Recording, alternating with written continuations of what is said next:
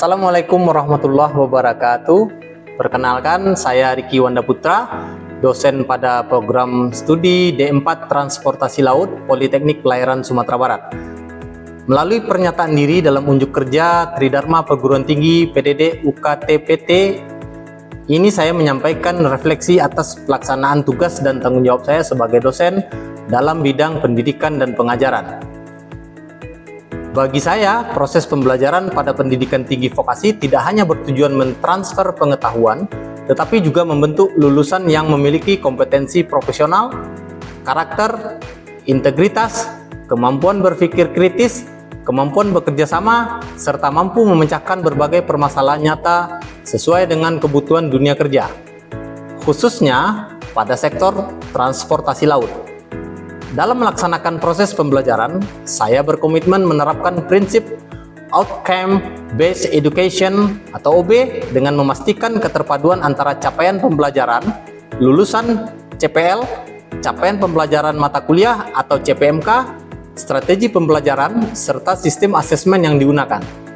Selain itu, saya berupaya menciptakan pembelajaran yang aktif, kolaboratif, inovatif, dan berpusat pada mahasiswa student center learning, sehingga mahasiswa tidak hanya memahami konsep secara teoritis, tapi juga mampu mengimplementasikannya dalam konteks pekerjaan profesional di bidang kemaritiman. Adapun salah satu mata kuliah yang saya ampu adalah manajemen penjaminan mutu dengan bobot 3 SKS, 2 teori dan 1 praktik pada semester 2 program studi D4 Transportasi Laut. Mata kuliah ini bertujuan membekali taruna dengan pemahaman mengenai konsep dasar mutu, sistem penjaminan mutu, penerapan standar ISO, manajemen pelanggan, kepemimpinan mutu, budaya mutu, serta prinsip Total Quality Management atau TQM sebagai dasar peningkatan kualitas organisasi secara berkelanjutan. Mata kuliah ini mendukung capaian pembelajaran lulusan atau CPL yang meliputi kemampuan menerapkan prosedur teknis di bidang kemaritiman, berpikir logis, kritis, inovatif, bertanggung jawab dalam melaksanakan pekerjaan, serta menguasai konsep dan prosedur teknis yang mendukung peningkatan mutu organisasi. Selanjutnya, CPL tersebut diturunkan ke dalam capaian pembelajaran mata kuliah CPMK, yaitu agar mahasiswa mampu memahami konsep dasar mutu, menjelaskan komponen dan proses manajemen mutu, memahami sistem manajemen mutu berbasis ISO, menganalisis kesesuaian standar mutu dengan karakteristik organisasi, serta mampu menjelaskan konsep Total Quality Management atau TQM sebagai pendekatan peningkatan mutu secara berkelanjutan. Dalam pelaksananya, saya menerapkan pendekatan blended learning yang mengkombinasikan pembelajaran tatap muka dengan pembelajaran daring melalui Learning Management System atau LMS yang ada di Politeknik Pelayaran Sumatera Barat. Proses pembelajaran ini memanfaatkan berbagai metode seperti project-based learning, diskusi kelompok, studi kasus, presentasi, praktik, dan penugasan berbasis artikel ilmiah. Pendekatan tersebut mendorong mahasiswa untuk aktif berdiskusi, bekerja sama, menganalisis permasalahan mutu yang terjadi di organisasi maritim, serta menghasilkan solusi berdasarkan kajian ilmiah.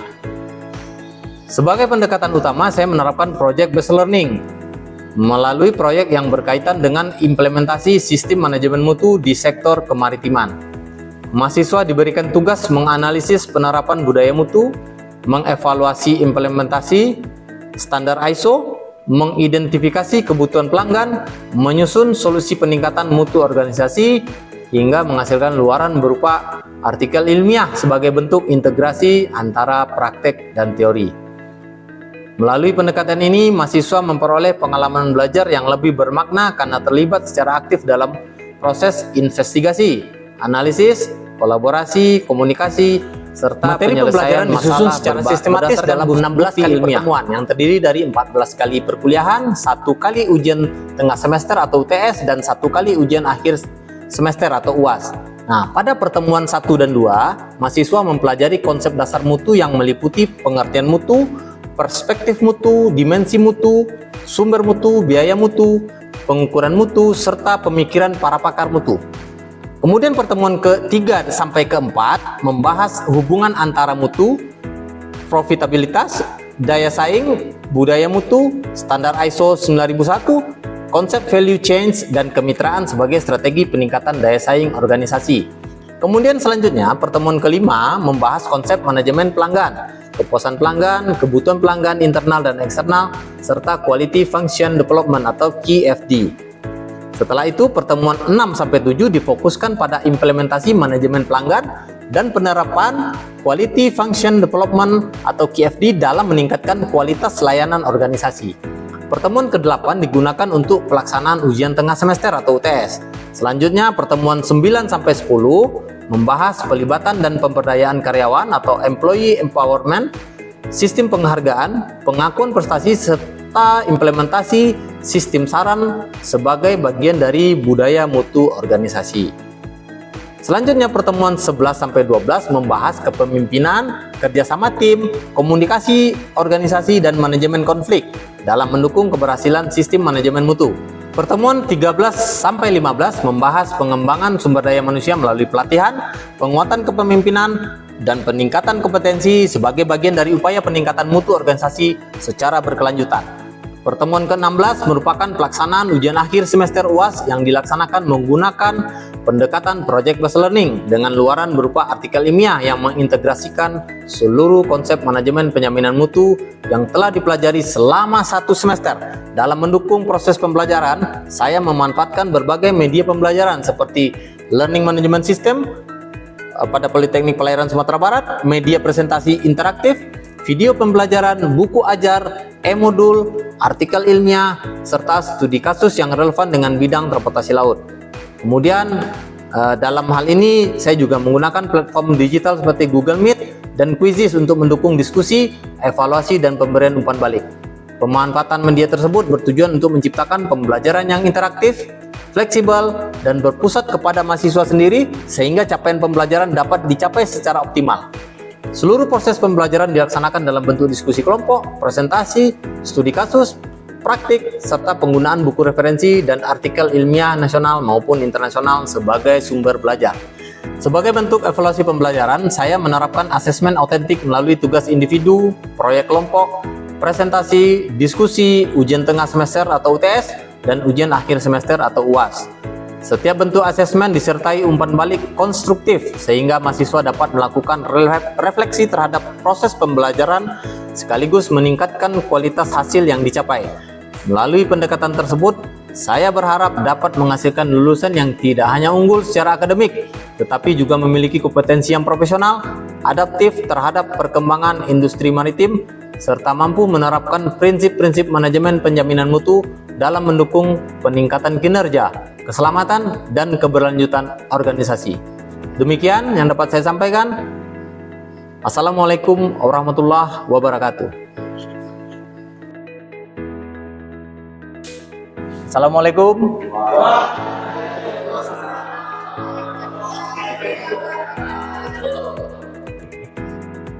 Gimana? Apa kabar? Baik? Sehat ya? Berharap hari ini kalian semua sehat ya, taruna-taruni sehat semua, jadi kita bisa untuk mengikuti perkuliahan ini. Nah, pada hari ini kita akan masuk dalam mata kuliah manajemen mutu di pertemuan ketiga ya. Sebelum pertemuan ini telah kita sampaikan bahwa manajemen mutu ini ada beberapa definisi yang dapat kita pahami di awal pembelajaran kita di pertemuan pertama. Nah, sebelum masuk pembelajaran, saya akan sapa dulu nih taruna-taruni. Ya, kita absen dulu sebentar. Saya sudah siapkan linknya. Silakan dibuka di LMS kita masing-masing. Ya, di LMS masing-masing. Ya, silakan dibuka, dicek apakah sudah bisa. Nah, diambil absennya, nanti langsung diklik saja dan absen taruna-taruni sudah ada semua. Oke, sebelum perkuliahan kita berdoa dulu ya, semoga dalam perkuliahan ini kita bisa mendapatkan faedah ya, atau sesuatu yang dapat kita laksanakan nantinya, yang dapat kita pergunakan dengan sebaik-baiknya. Berdoa, mulai.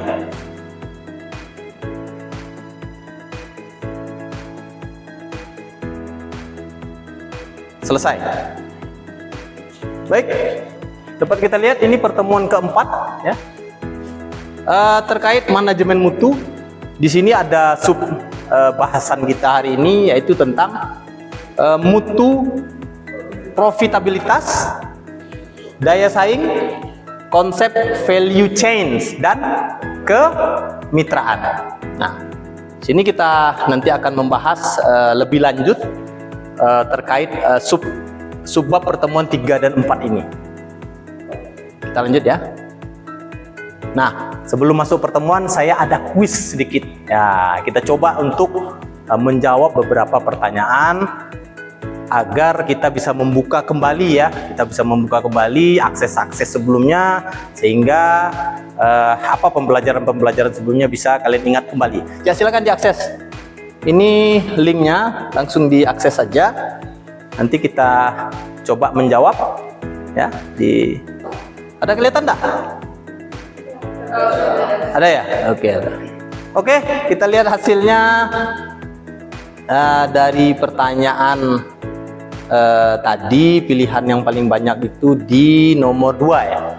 Ada 20 orang menjawab yang B. Coba sebutkan yang B apa jawabannya? Siap. Yang baik meningkatkan kepuasan pelanggan sehingga membuat daya saing besar. Nah, itu dia jawabannya.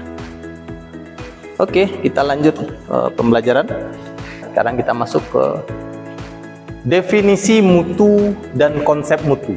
Mutu di sini dapat didefinisikan adalah tingkat pemenuhan karakteristik suatu produk atau jasa terhadap kebutuhan dan harapan pelanggan serta persyaratan yang ditetapkan. Ya, buat kita lihat di sini di definisi mutu ini. Nah, itu dari sumbernya ISO 9000-2015, Quality Management System. Ini adalah merupakan fundamental dari definisi mutu. Kemudian kita lanjut, ada beberapa konsep mutu yang pernah kita pelajari di sini. Ya, mutu ini bukan hanya tentang produk yang dihasilkan ya, tapi merupakan konsep yang menyeluruh. Ya, ada beberapa ini konsepnya. Yang pertama yaitu memenuhi kebutuhan pelanggan, kemudian sesuai spesifikasi dan standar, kemudian berkelanjutan atau sustainable ya, dan terus ditingkatkan atau diimprove terus dia. Kemudian melibatkan semua orang dalam organisasi, dan yang terakhir adalah memberikan value atau nilai bagi pelanggan dan organisasi. Nah, di sini ada 3 cara biasanya. Di awal pertemuan kita sudah saya bahas, ada 3 cara untuk orang biasanya mendefinisikan mutu. Coba disebutkan. Silakan. Siapa? Imam. 3 cara apa? Yang pertama, berbasis produk. Yang kedua, silakan Tasya. Berbasis pengguna. Yang ketiga, silakan. Siapa? Jessica, coba baca. Oke, berbasis proses. Yang pertama berbasis produk, mutu didefinisikan berdasarkan karakteristik atau pada atribut ya, atau atribut yang dimiliki produk. Kemudian berbasis pengguna ya, berdasarkan sejauh mana atau produk atau jasa tersebut memenuhi kebutuhan pelanggan ya. Kemudian yang berbasis proses didefinisikan dilakukan secara konsisten dan efisien ya, untuk menghasilkan output yang berkualitas. Oke, itu flashback pertemuan kita sebelumnya. Jadi ada definisi, konsep, dan cara orang mendefinisikan mutu. Kita masuk ke pertemuan ketiga. Ini adalah konsep dasar manajemen mutu, definisi mutu, profitabilitas, daya saing, value chain, dan kemitraan. Nah, di sini sudah ada definisi-definisi. Ya, seperti tadi ada mutu. Mutu ini adalah tingkat pemenuhan karakteristik produk ya atau jasa terhadap kebutuhan dan pelanggan ya, dan harapan pelanggan serta persyaratan yang ditetapkan. Kedua ada profitabilitas. Apa artinya profit? Profit itu apa? Apa? Keuntungan. Oke, bagus ya. Siapa? Anugrah ya. Keuntungan. Keuntungan ini merupakan kemampuan organisasi, disebutkan di sini, menghasilkan laba secara efektif dan efisien ya, untuk melalui pemanfaatan sumber daya yang dimiliki. Jadi perusahaan punya sumber daya dimanfaatkan untuk mencari keuntungan, untuk mencari profit. Oke. Kemudian ada daya saing. Apa itu daya saing? Di sini sudah disebutkan, silakan dibaca. Itu daya saing adalah kemampuan. Oke, ya, menciptakan nilai unggul sehingga mampu untuk bertahan, ya, mampu untuk bertahan. Nah, dia bertahan, ya, untuk memenangkan persaingan secara apa? Sustainable. Kemudian ada value change. Apa itu value change? Bisa dibaca di sini. Rangkaian aktivitas. Oke. Nah, mulai dari pengadaan dia berantai ya. Kenapa rantai value chain itu apa? Nilai dari pasoknya itu ya, rantainya. Sehingga dari rangkaian aktivitas yang diciptakan dari nilai tambah pengadaan hingga layanan kepada pelanggan ya. Kemudian yang terakhir adalah kemitraan. Kemitraan adalah hubungan kolaboratif yang saling menguntungkan antar organisasi ya. Di sini untuk meningkatkan nilai, inovasi dan daya saing. Sampai di sini ada pertanyaan? Ada pertanyaan? Kita lanjut? Kita lanjut. Oke. Hubungan mutu di sini dapat kita lihat ya. Yang pertama, mutu yang baik meningkatkan kepuasan pelanggan sehingga penjualan meningkat. Kondisi tersebut akan meningkatkan profit dan memperkuat daya saing pasar. Nah, di sini ada tingkatannya ya, ada tanda panah yang dapat kita lihat. Ya, mutu tinggi itu meningkatkan kepuasan pelanggan. Kemudian apa? Permintaan meningkat setelah pelanggan puas ya. Dari mutu yang tinggi itu pelanggan puas, kemudian meningkatlah permintaan. Setelah meningkatnya permintaan akan didapat profit ya, akan didapat keuntungan atau laba yang banyak atau yang besar. Kemudian yang terakhir apa? Daya saing meningkat.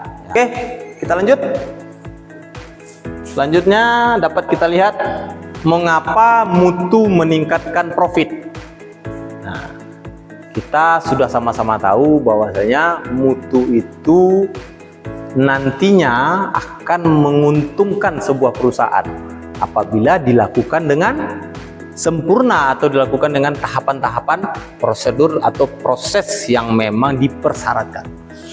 Mutu yang baik ya, di sini disebutkan proses terkendali sesuai standar. Ya, proses itu dikendalikan, disesuaikan dengan standar yang telah ditetapkan. Kemudian produk cacatnya berkurang. Ya.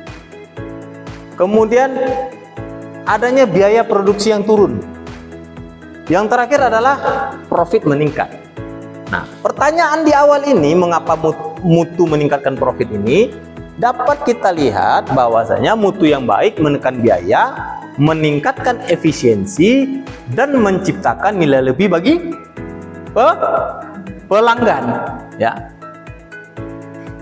Karena pelanggan dengan sebuah organisasi yang menjual kebutuhan atau barang atau jasa tidak akan pernah lepas dari seorang pelanggan atau dari pelanggan ini sendiri.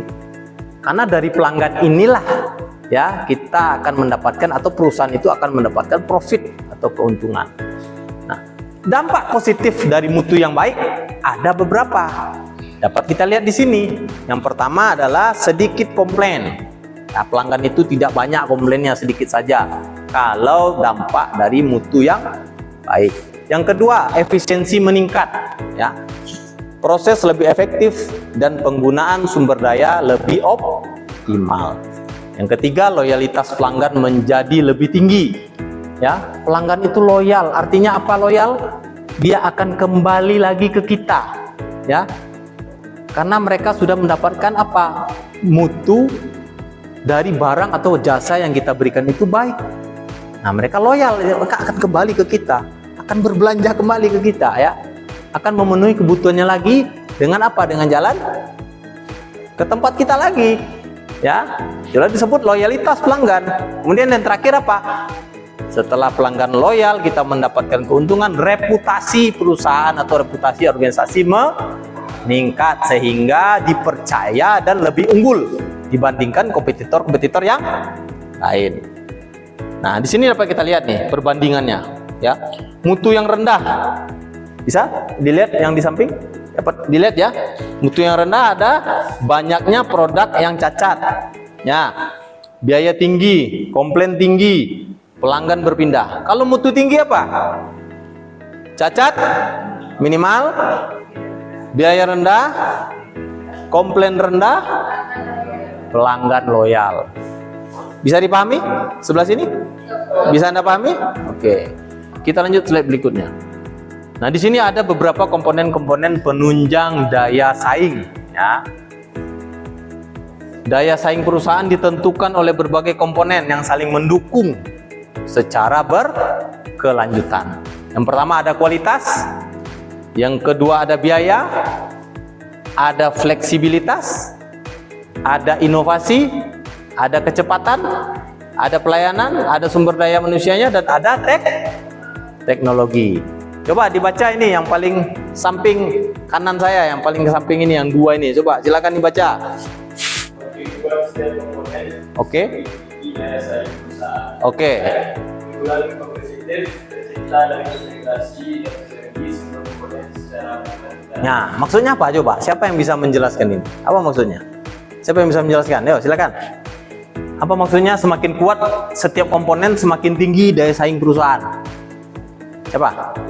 Ya, silakan. Menurut saya, Silakan Restu. buat setiap komponen ini, jadi masing-masing peran ini Ya. satu dan bekerja sama lain agar semakin tinggi daya saing perusahaan. Oke. Terkait keunggulan kompetitif, ada komentar? Ada argumen? Yang lain? Di sebelahnya? Nah. Oke, tepuk tangan untuk Restu dulu ya, karena Restu sudah berani.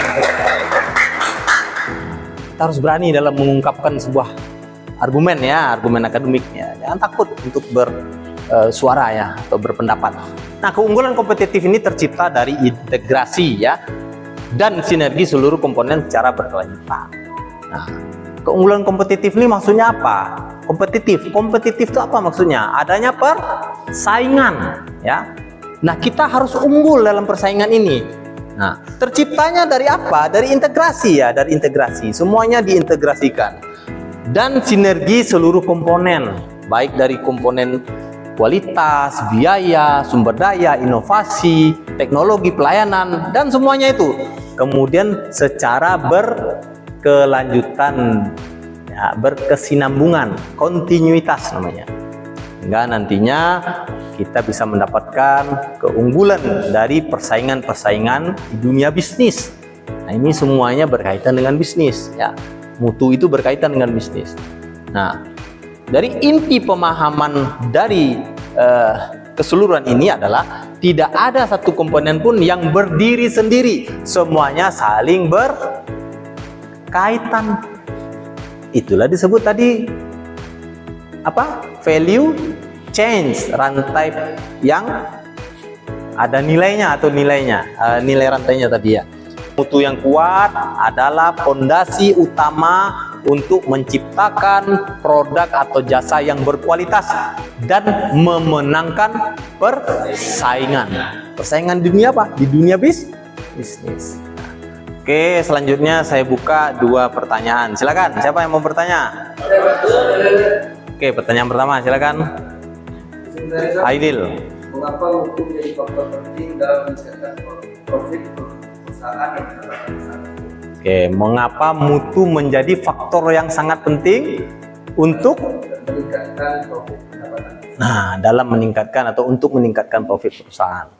Ada yang bisa menjawab sebelum saya jawab? Ada yang bisa menjawab? Silakan. Silakan, enggak apa-apa. Silakan berikan komentarnya. Ya, silakan jawab. Menurut saya dari pertanyaan tadi, karena mutu yang baik dapat meningkatkan kepuasan pelanggan, mengurangi produk cacat, menekan biaya dan meningkatkan penjualan sehingga pendapatan perusahaan menjadi lebih tinggi. Nah, oke, ada yang lain? Pendapat yang lain? Silakan. Ada pendapat yang lain? Jessica atau Imam? Tidak ada? Ya. Jadi mutu ya yang baik itu dapat meningkatkan ya kepuasan pelanggan, kemudian mengurangi produk atau produksi yang cacat ya. Nah, memperbaiki biaya biaya perbaikan, kemudian meningkatkan penjualan ya, sehingga profitabilitas perusahaan dapat dicapai dengan sempurna atau dengan baik. Oke. Silakan pertanyaan kedua. Ada pertanyaan? Ada yang lain? Pertanyaan ya? Silakan Nur. Ada yang namanya value chain. Saya mau tanya, Sir. Apa sih yang dimaksud dengan value chain? Apa yang dimaksud dengan value chain? Ya, value chain. Ya. Rantai nilai. Siapa yang bisa jawab? Siapa yang bisa menjawab? Ada yang bisa jawab? Value chain? Ya. Silakan. Ya, silakan. Value chain adalah rangkaian aktivitas bisnis yang dilakukan oleh perusahaan untuk menciptakan dan memberikan nilai tambah kepada pelanggan, mulai dari pengadaan bahan baku hingga produk jadi konsumsi. Oke, baik, ya, bisa dipahami. Ya. Jadi value chain itu adalah rangkaian aktivitasnya, bisa kita lihat di sini ya, rangkaian aktivitas yang dilakukan organisasi mulai dari pengadaan bahan baku ya hingga pelayanan kepada pelanggan. Nah, ini berupa adanya nilai-nilai rantai yang saling berkaitan ya, sehingga menciptakan nilai tambah di dalam produk atau jasa dari sebuah perusahaan tersebut. Siapa yang bisa di sini untuk memberikan argumennya atau feedbacknya? Silakan. Ya, silakan Tasya. Ya. Feedback pembelajaran pada pertemuan ini berlangsung interaktif dan mudah dipahami. Dengan penyampaian materi melalui infografis, diskusi, dan studi kasus membantu saya memahami keterkaitan antara mutu, profitabilitas, daya saing, dan value chain. Dengan metode pembelajaran yang digunakan membuat saya lebih aktif dalam berdiskusi serta mampu menghubungkan konsep manajemen mutu di bidangnya dan penerapannya pada bidang transportasi laut. Oke, ya. Jadi saya berharap semua memahami apa yang saya sampaikan tadi. Dan dalam perkuliahan saya ini, saya sudah jelaskan di awal bahwasanya perkuliahan ini memakai metode project based learning. Ya, project based learning itu di akhir nanti kita pertemuan, kita akan mencari atau masuk ke dalam sebuah studi kasus ya. Kita nanti ada praktek, kemungkinan kita akan ke pelabuhan ya, karena ini berkaitan dengan transportasi laut ya, kepelabuhanan. Kita akan mencari kasus-kasus di pelabuhan, kemudian Anda sekalian, taruna-taruni sekalian, membuat tulisan atau kajian ilmiah terkait studi kasus tersebut ya. Jadi project based learning-nya adalah taruna-taruni sekalian menghasilkan sebuah artikel ilmiah. Nah, nantinya akan menghasilkan sebuah artikel ilmiah dan dipublish di jurnal terakreditasi. Kalau mau publish di jurnal kita silahkan ya, jurnal kita sudah terakreditasi Sinta, silahkan dipublish. Nanti kita akan buat project based learning ini tim kerja ya. Satu artikel itu mungkin ada 3 orang yang bekerja di dalamnya menghasilkan satu bentuk project based learning-nya. Jadi itu saja mungkin yang dapat saya sampaikan. Semoga perkuliahan hari ini dapat kita laksanakan dengan baik dan dapat kita cerna dengan baik, dan kedepannya taruna-taruni sekalian dapat mengaplikasikannya dalam kehidupan sehari-hari dan kehidupan bekerja nantinya. Terima kasih. Saya akhiri. Assalamualaikum warahmatullahi wabarakatuh. Selamat siang.